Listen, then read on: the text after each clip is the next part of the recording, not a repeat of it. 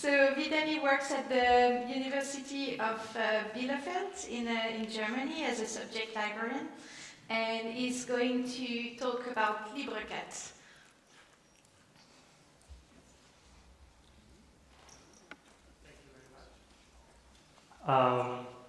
Okay, today I'm going to talk about institutional repositories, and in a special case, our institutional repository and how we transformed that during the last 1 or 2 years.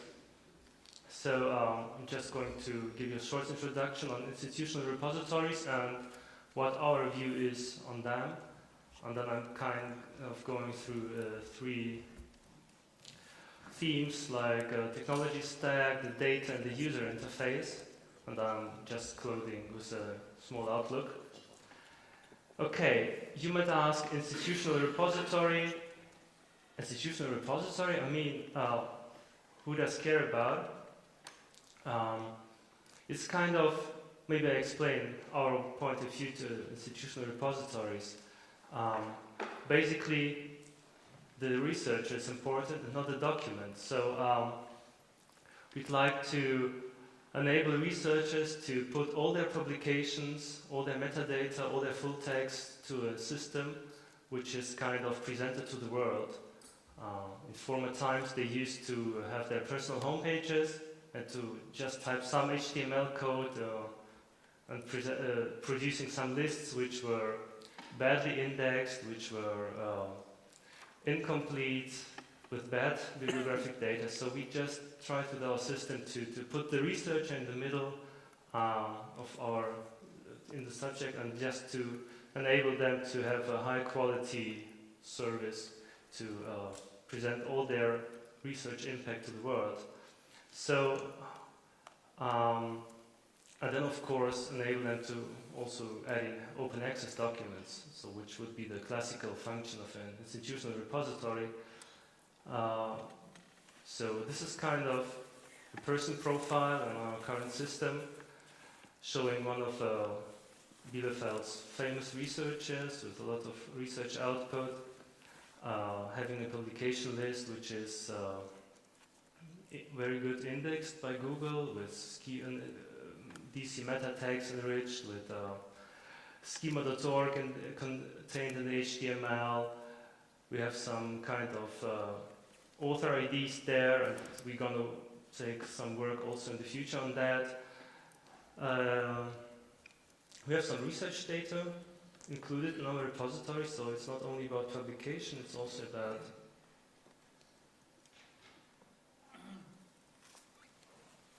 there. So we give kind of opportunity to the researchers to present their cool ideas to the world, like the InfoDrops project here. And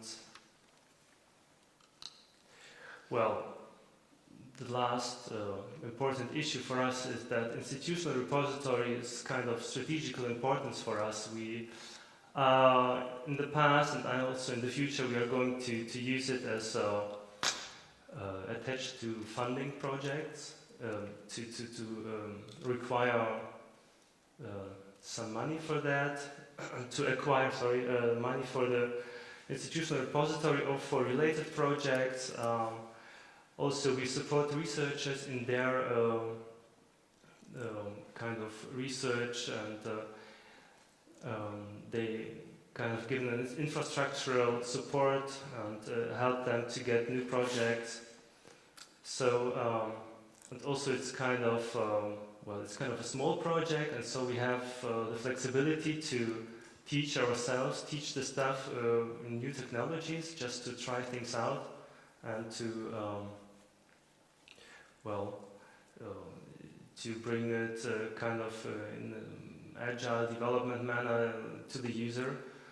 So how did we do that? So maybe what were the reasons to exit the existing technology stack? We had a system kind of with a huge relational DB schema, which was kind of complicated and to maintain, and there were some other technical issues, so kind of a custom template engine with at least no documentation. Perl modules were outdated and without dependency management was kind of very bad.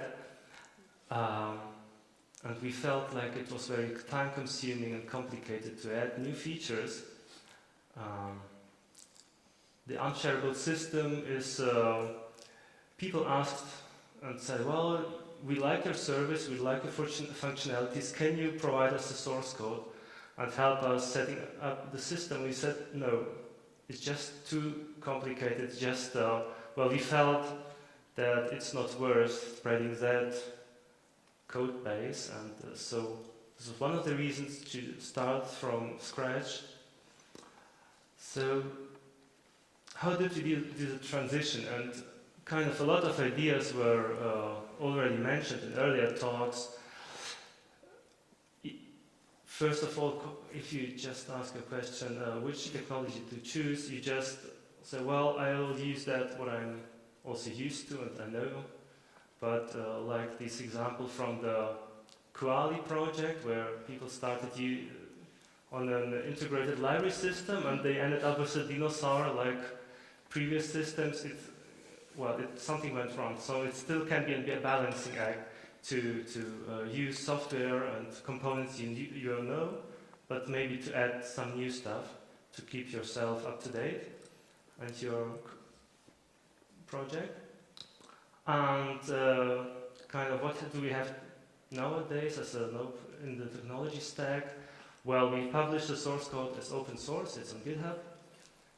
It has a more on Perl Dancer web framework, and maybe we might also migrate to Dancer 2 in the future. We're very flexible about that. We use a metadata store in MySQL, it's a classical approach, but we don't have now a relational model, but we just use documents. So we just store the JSON blobs in the MySQL. This is all, maybe I'm going to explain it later, because of the Kathmandu style of handling data. But at least we are going to, at the end, we are going to index them in Elasticsearch, and so presenting that one web interface to the user. For all data going in or out, we are using Kathmandu. So this means we are using this kind of popular project, I would say, to manage all our data.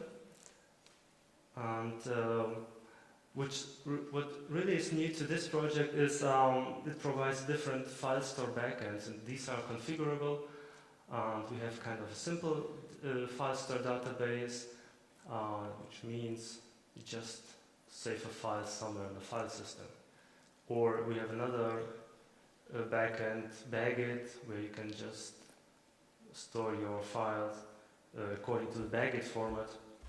Or you have a Fedora Commons server running somewhere, you can use it for long-term preservation.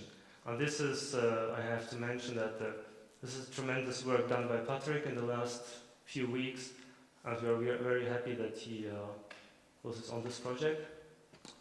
So, I'm not sure, maybe I should tell you something about Kathmandu.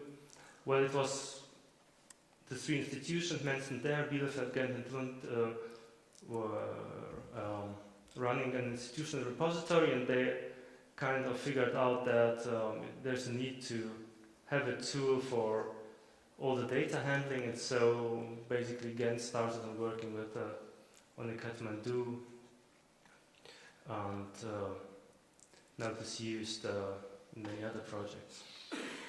So next I would like to talk about data, or I should better say about data. So reminding you of the great conference last year. What was wrong with our data? So it was kind of confusing, because we had a huge database structure, and well, time goes by and you are changing your requirements and your optional fields and required fields, and maybe at some point you are making mistakes in your web front end, And so you accumulate a lot of garbage in your database, which is kind of, also not the user's fault, but the developer's fault. But we have to take that on as our fault, and we had to clean that up. So we decided, let's exit also the data part and try to make a transition. And to technically it's very easy because we were using Kathmandu, but if you're working then on a field basis, you have always to decide, keep this field, throw it away, change it, check the value of the fields and so on. So it can be a very long and annoying work. And surprises within the data still after the transition can be found there. We are also going to clean the data. So this is the standard work for librarians, I suppose. So this transforming data feels a bit like this one, the universal converter box from XKCD. It's also well known, I think. You have a lot of inputs and you have a lot of outputs, and you need a black box to do all these transformations. So what we have nowadays, we have a primary store in MySQL, as I said before, which we are storing only JSON blobs, no more relations.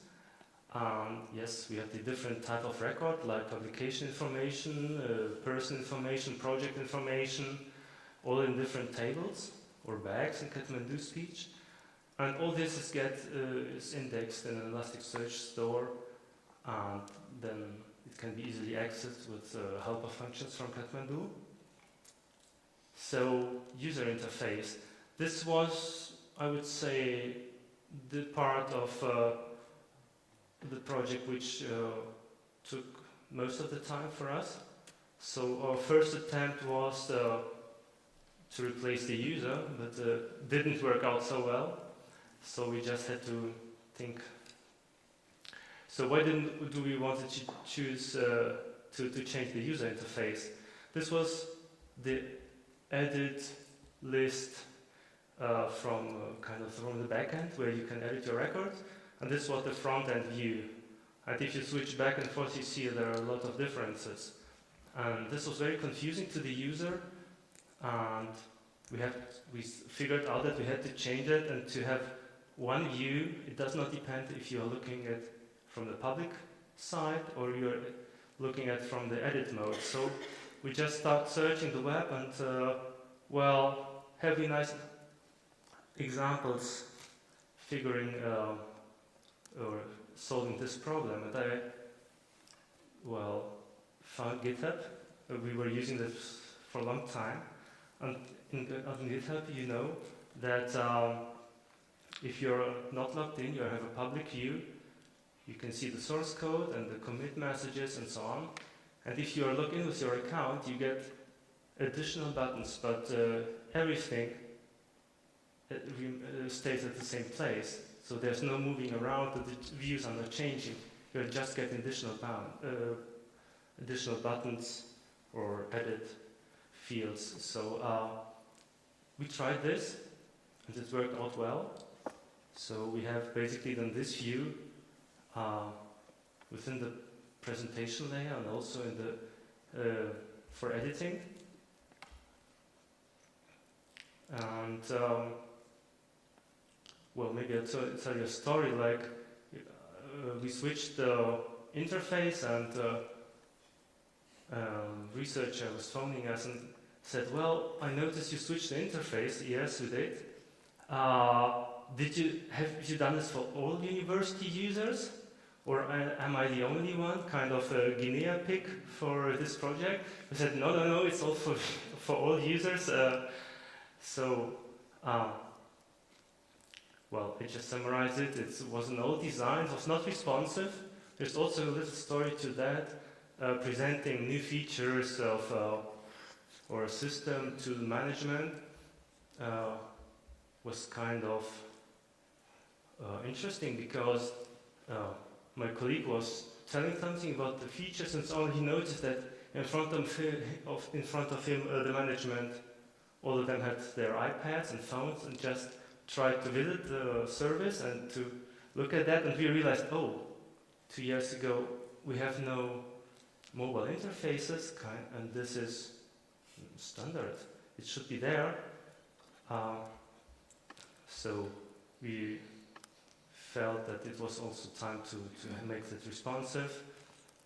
Well, I already mentioned it was complicated to maintain, but the users were used to, so we were kind of a bit nervous how the users would like this interface. And how did we do the transition? Well, we just switched it, and then the phone call came in.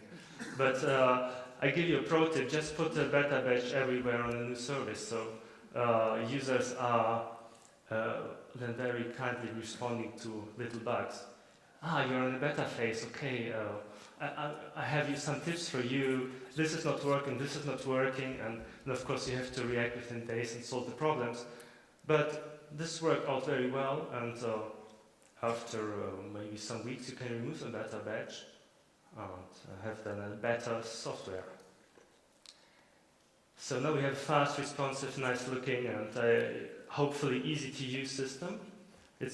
We felt like it's now easy to expand and to be flexible for future user wishes. And well, hopefully this also consulted transitionalist users.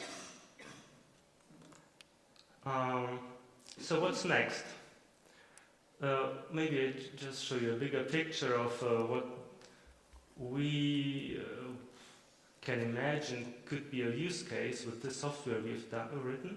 So it can be, of course, an institutional repository, but you may use it also as a standalone research data repository, or you can use it like maybe parts of a crystalline system with publications, with research data, project data, researchers within there.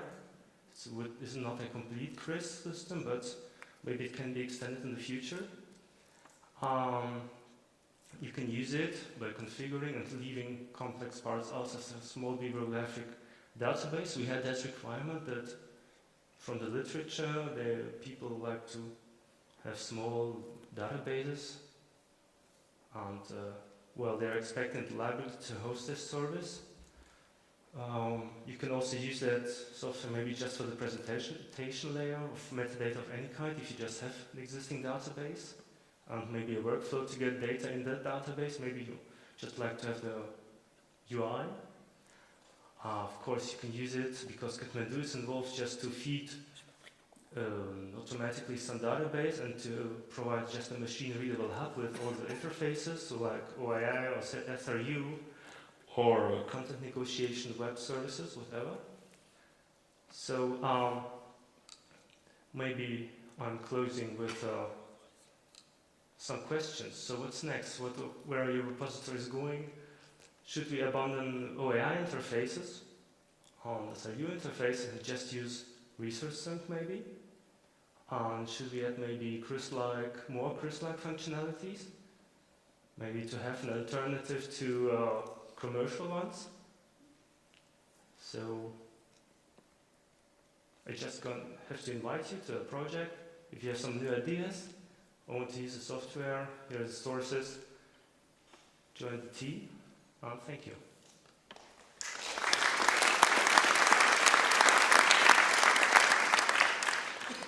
Thank you, Vitali. Any questions for the last speaker? I don't have any, so please, go for it. Nope. I wouldn't mind, so. Yeah, and maybe because we had so many workshops organized by Patrick at ELAG on Kathmandu and LibreCat, maybe everybody knows about it. Yes, and everybody's waiting for the conference dinner, so. Yeah, so well, maybe you will have questions later. Okay. Thank you.